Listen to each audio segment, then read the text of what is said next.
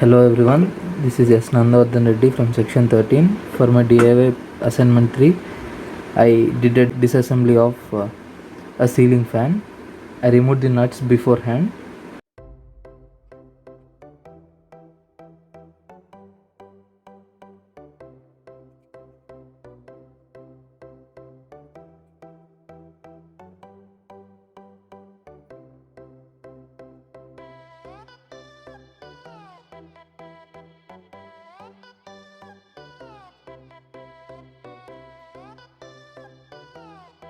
Now let us see the parts.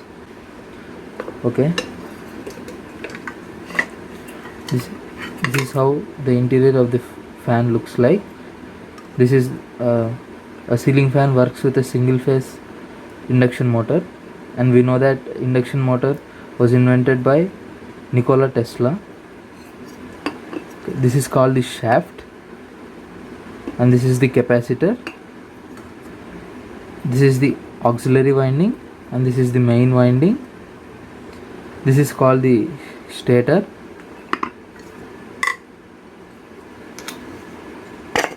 and this is called the rotor.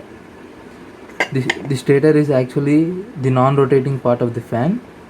The thing actually which rotates is the rotor.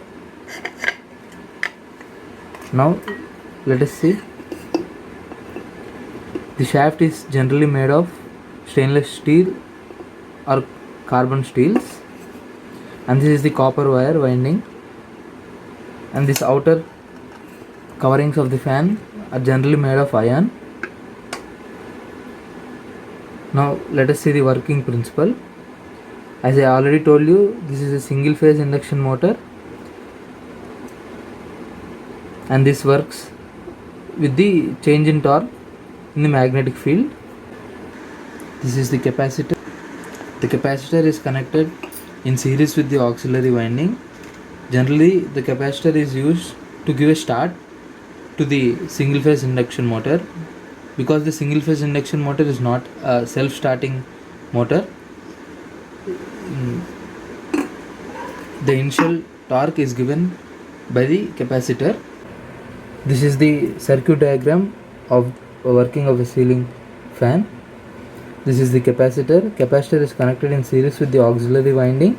This is the main winding, and this is the stator, this thing, and this is the external AC supply.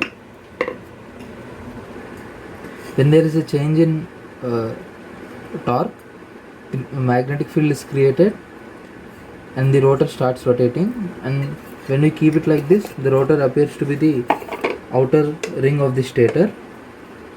We can say that induction motors have been very useful in industrial and domestic purposes. The direction of rotating of a ceiling fan changes with country to country. For example, in India it is clockwise, and in Australia it is anti-clockwise. This is one of the interesting fact about the ceiling fan. Thank you.